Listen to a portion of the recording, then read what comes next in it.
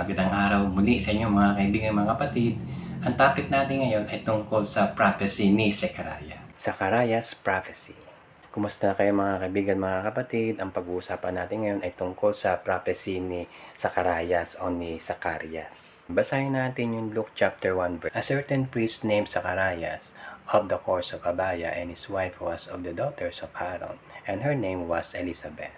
Maraming pong salamat sa inyo mga kaibigan, mga kapatid na patuloy na sumusubaybay, nanonood ng aking mga videos. Sana po huwag kayong magsawa na mag-react, mag-heart, mag-like sa Facebook at dun sa YouTube. Sana ay patuloy kayo na nanonood, at kung hindi pa kayo nakakapag-subscribe, please subscribe and click the notification bell.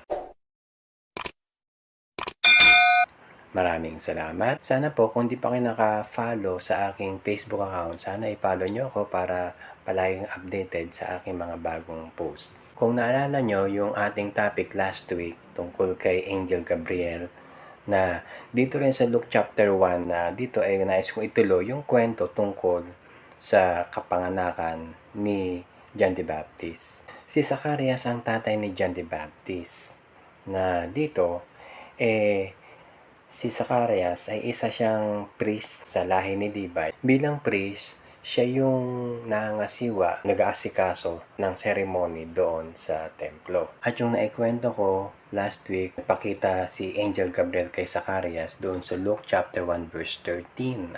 But the angel said unto him, Fear not, Zacharias, for thy prayer is heard, and thy wife Elizabeth shall bear thee a son, and thou shalt call his name John. Ito si John the Baptist. Subalit si Zacharias ay hindi naniwala, kung kaya pinarusahan siya ng angel na siya ay naging pipe simula nung araw na yon, hanggang sa maipanganak si John the Baptist. At syempre, nagpakita din si Angel Gabriel kay Elizabeth at sinabi rin tong mensaheng ito. Siya ay magkakaroon ng anak at ang kanyang magiging pangalan ay John. Luke chapter 1 verse 59. Sa panahon na ito ay naipanganak na si John the Baptist, at sa ikawalong araw, ang sabi, And it came to pass that on the 8th day they came to circumcise the child, and they called him Zacharias after the name of his father. Sa senaryong ito ay nais ng mga kamag-anak na ipangalan na maging junior itong baby na kapangalan ng kanyang tatay. Subalit tumanggi si Elizabeth. Ang sabi niya, ang kanyang magiging pangalan ay John, dun sa verse 60. At sumagot yung mga tao doon. Ang sabi, wala ka namang kamag-anak na ang pangalan ay John.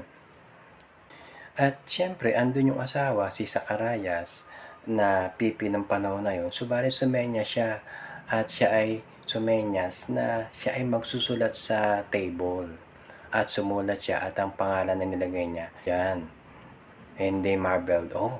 At nagitla yung lahat ng mga tao doon. At sabi dun sa Luke chapter 1 verse 64, And his mouth was opened immediately, and his tongue loosed, and he spake and praised God. Gumaling siya, nawala na yung pagkapipi niya. At pinuri niya ang Panginoong Diyos.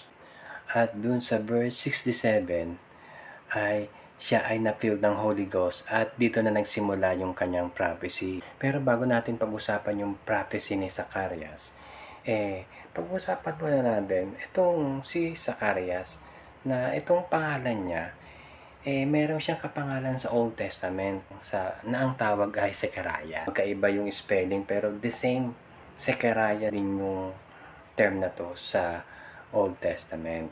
Merong prophet Zechariah. Basahin natin yung verse dito sa taas. Zechariah chapter 1 verse 1. In the 8th month, in the 2nd year of Darius, came the word of the Lord unto Zechariah the son of Berechiah, the son of Iddo, the prophet. At meron siyang book na isinulat sa Old Testament. Book of Zechariah, na second to the last book ng Old Testament. Okay? Bago yung Malakay. Ito ay ninuno ni Zacharias. Okay? So, pareho sila ng pangalan, nagkaiba lang ng spelling. And then, meron pang isang Zechariah dito sa 1 Chronicles chapter 9 verse 21 na nakasulat dito sa ibaba.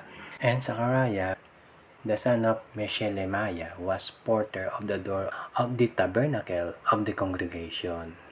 So, kapangalan din to, pero hindi na kamag-anak. Israelites din naman ito. Hudyo din.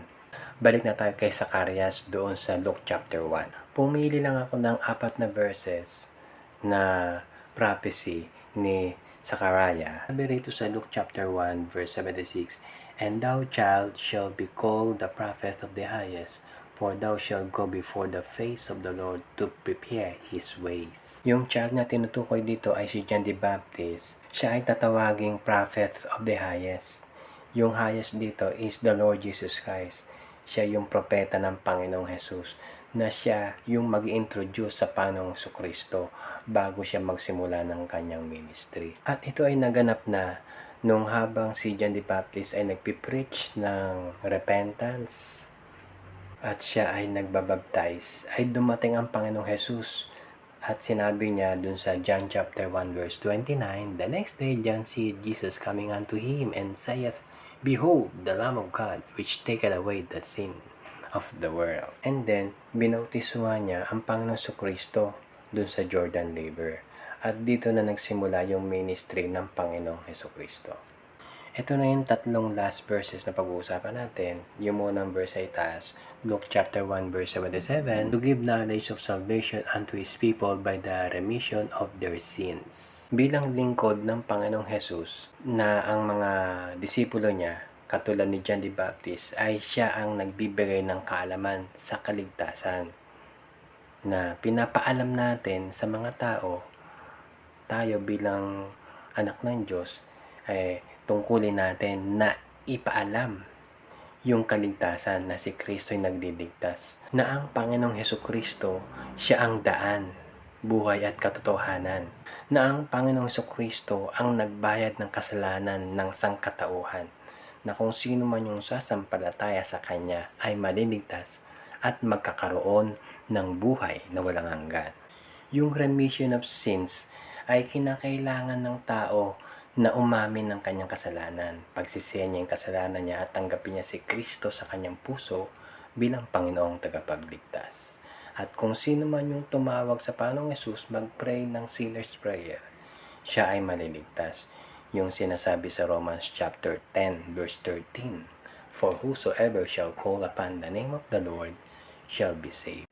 Yung verse 78 sa gitna ang sabi, "Through the tender mercy of our God, whereby the day spring from on high hath visited us." Na yung batayan nung pagliligtas ng Panginoon ay dahil dun sa awa niya, kung kaya isinugo niya yung kanyang bugtong na anak na si Jesucristo para tayo maligtas. And then last verse, yung verse 79, "To give light to them that sit in darkness and in the shadow of death, to guide our feet into the way of peace." Ang sitwasyon ng tao ngayon na sinasabi dun sa 2 Corinthians chapter 4 verse 4, "In whom the God of this world hath blinded the minds of them which believe not." Na ang tao ay bulag spiritually, na siya ay nabubuhay sa kadiliman.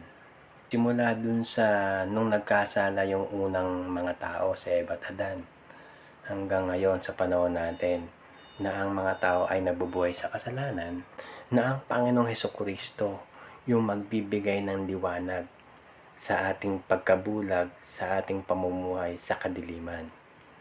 At igagayad niya tayo at bibigyan niya tayo ng kapayapaan. Maraming salamat sa inyong pagsubaybay. Hanggang sa muli, pagpalain tayo ng ating Panginoon.